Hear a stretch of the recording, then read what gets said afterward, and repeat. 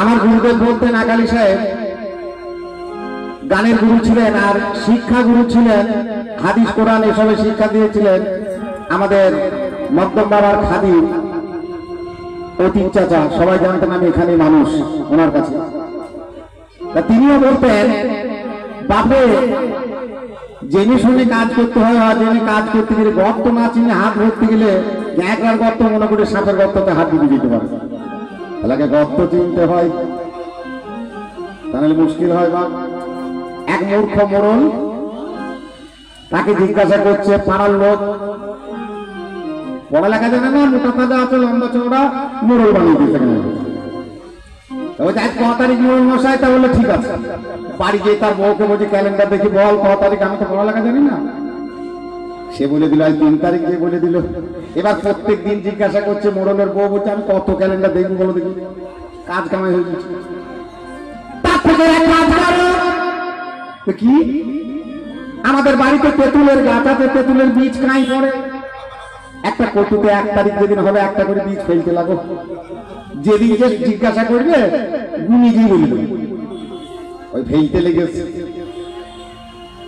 এবার ওই মোড়লের নাতি পুতা 2-1টা আছে, তারা বলছে দাদু রোজ একটা করে তেঁতুলের কাই ভরে কেন, পুঁতির ঘরে পয়সা ভরার মতো কটু ভরবি কবে? ওরা 2 খাবার ভরে দিয়েছে তার ভিতরে। একজনা জিজ্ঞাসা করেছে ক তারিখ, তারা ক্যালেন্ডার দেখে আসে। বাড়িতে তেঁতুলের গুনতি গুনতি এগিয়ে গেল, 65টা পর্যন্ত গুনতে আর গুনল না। বেশি বলছে 65 তারিখ হয়, তো গুনলি রে ভাই, গুনলিতে কত তারিখ ভাই, তো তা ঠিক ছিল। আমার ভাইয়ের প্রশ্ন করার সেই রকমই ধাঁচা। প্রথম বলল এই যে ছেলেটা বাঁশি বাজাচ্ছে, ওর হাতে 7টা ফুটোর বাঁশি, এগুলার কি মানে? 7টা ফুটো কেন? 8টা হলো না, 6টা হলো না, 5টা হলো না, 7টা কেন? এই বাঁশি আবিষ্কার হয়েছিল কৃষ্ণের হাতে ছিল। কোন বাঁশের বাঁশি? বাঁশের আমদানি কি করে হলো? এগুলা জিজ্ঞাসা। আর একটা গান করে গেল, ওয়াশ করুনি, নবীর দাঁত ভেঙেছিল, হ্যান ত্যান কত কি বলতে হবে। দাঁতের নাম কি? মানে প্যান ধরি না সেইটা ধরি, কোনটা ধরি? এটা যেটা ধরতে হয় ধরবো। শোনো, তাই শোনো, আগে তোমার সমস্ত প্রশ্নের জবাব হবে। আমার এই যে কটা বসে আছে না 50-60টা, এরা আমার শোনা। আগ্রা তো থাকবে না, কাল আসবে, দাড়িতে পাগড়ি বাঁধবে, বুঝবে, অসুবিধা না। শূন্যতে পাগড়ি বেঁধে দেবে, কাল চলবে সেই রকম, শুনবেও তারা, অসুবিধা নেই। তাই গান শোনো।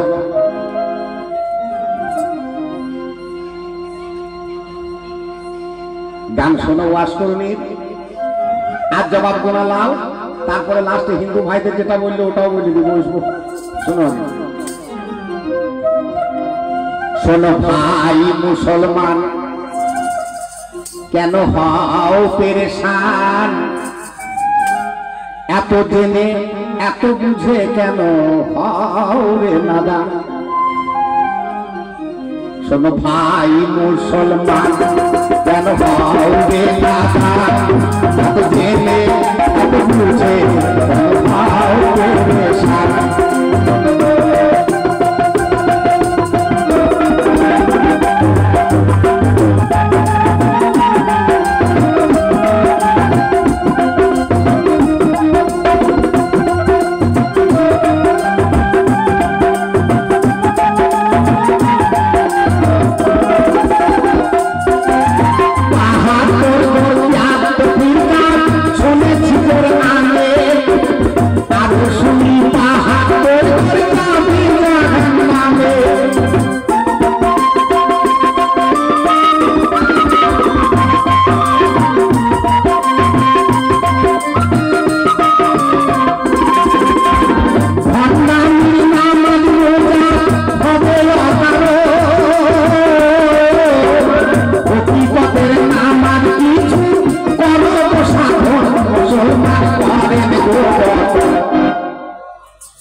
আমার হিসাব দিবে ওয়াশ করুনি জঙ্গলে বসে, আমার হিসাব দিবে ওয়াশ করুনি জঙ্গলে বসে।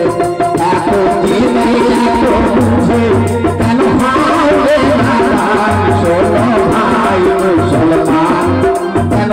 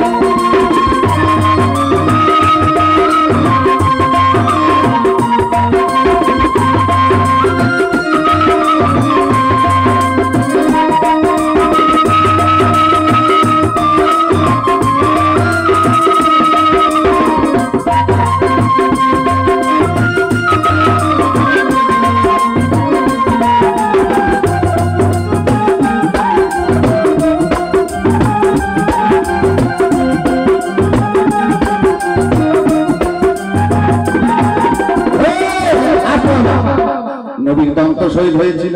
দাঁত শহীদ হয়েছিল দুটো। কেন? নবীর দাঁত ভেঙে দিবে এমন মায়ের পুত কেউ আছে পৃথিবীর বুকে? কেন হয়েছিল? করলে ভুল হবে শুন, তাতে যে হবে সে হোক। তাই নবী একটা ভুল করেছিলেন, ভুল নয় আবেগের বশে হয়ে গিয়েছিল। কি? যখন মেহেরাজে নবী আল্লাহর দিদার মেহেরাজে যায়, মেরাজ করতে, আল্লাহর সঙ্গে দেখাশোনা করতে, জিবরাইল ফেরেশতা সাথে করে নিয়ে নিয়ে ঘুরে বেড়াচ্ছিলেন। 4 নম্বর আসমানে যখন গেলেন, 4টা মুখ আসমান, সেখানে দুটি ঘর দেখতে পাওয়া যাচ্ছে, একটি লাল রঙের ঘর, একটি নীল রঙের ঘর। 6টা মারছে। জিবরাইলকে নবী জিজ্ঞাসা করলেন, জিবরাইল এই ঘর দুটি কি ও জিনিস? তাহলে কাছে চলেন দেখবেন। কাছে যখন গেলেন তখন দেখছি একটা ঘরে লেখা আছে হোসেন রাজিউল্লাহ আনহু, আর একটা ঘরে লেখা আছে হাসান রাজিউল্লাহ আনহু। একটি লাল রঙের ঘর, একটি নীল রঙের ঘর। বলে আপনার নাতিরা এই ঘরে এসে থাকবে, আল্লাহ এটাকে বানিয়েছেন সানি বেহেশ, মানে ছোট বেহেশ। নবী খুব খুশি হয়ে গেলেন, দাঁত বের করে হেসে দিলেন দুটো নামকে। জিবরাইল বলছে, আপনি শুনলেন না? কি করে আসবে আপনার নাতিরা এখানে? একজন শহীদ হবে কারবালা প্রান্তরে, আর একজন বিষ পান করে তার বিবির দ্বারা মৃত্যু হবে, দিয়ে এই ঘরে আসবে। তখন ওরা মুখ বেজার হয়ে গেল, দাঁত দুটি বেরিয়ে গেল। আল্লাহর খাতায় লেখা হলে দাঁত দুটি থাকবে না, শহীদ হয়ে যাবে। সেই দাঁত দুটির নাম কি ছিল? সালেহ। হাদিসে পেয়েছি সালেহ, কিন্তু ছয় আকার লয় একার সালেহ। তাই নবীর দাঁত দুটি শহীদ হয়েছিল। তোমাকে যদি জিজ্ঞাসা করে দাঁত দুটি এখন আছে কোথাও, তুমি কি করে বলবা? তোমার হালুয়া গরম হয়ে যাবে। যদি ঘুরিয়ে আমি ছুটিয়ে দিই, দাঁত দুটি এখন আছে কোথাও? তোমার বাড়িতে না আমার বাড়িতে, কি বলবো? আমি বলবো না, আমার বলা দরকার কি দরকার, আমার ঘরে ঘরে গন্ডগোল কেন করতে? এবার বলেছেন ওয়াসিমের মাকে ঝোলার মধ্যে ভরে রাখতেন, মাটিতে কোনোদিন নামায়নি।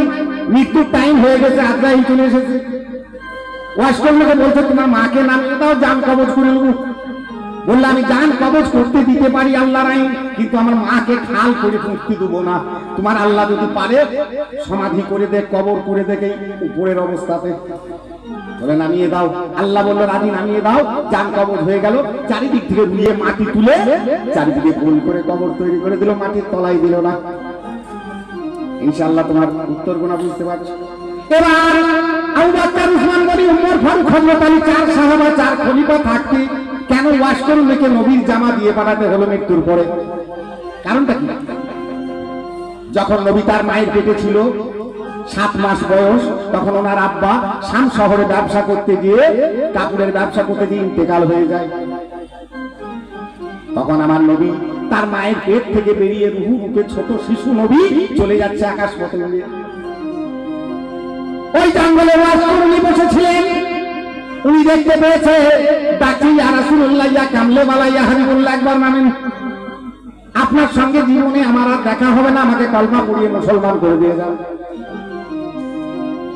তিনি নেমে গেলেন, কলমা পড়িয়ে মুসলমান করে দিলেন। বলে এই অবস্থায় যদি যান, আবার কোন আউলিয়া দেখেন, আমি নেবে আপনাকে।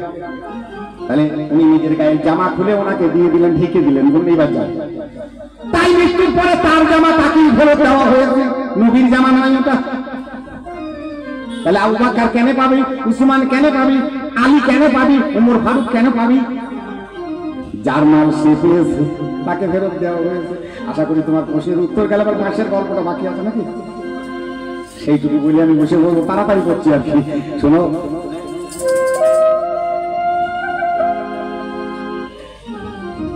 ষোলো নাম 32 অক্ষর, শ্রীকৃষ্ণের মোবাইল নম্বর।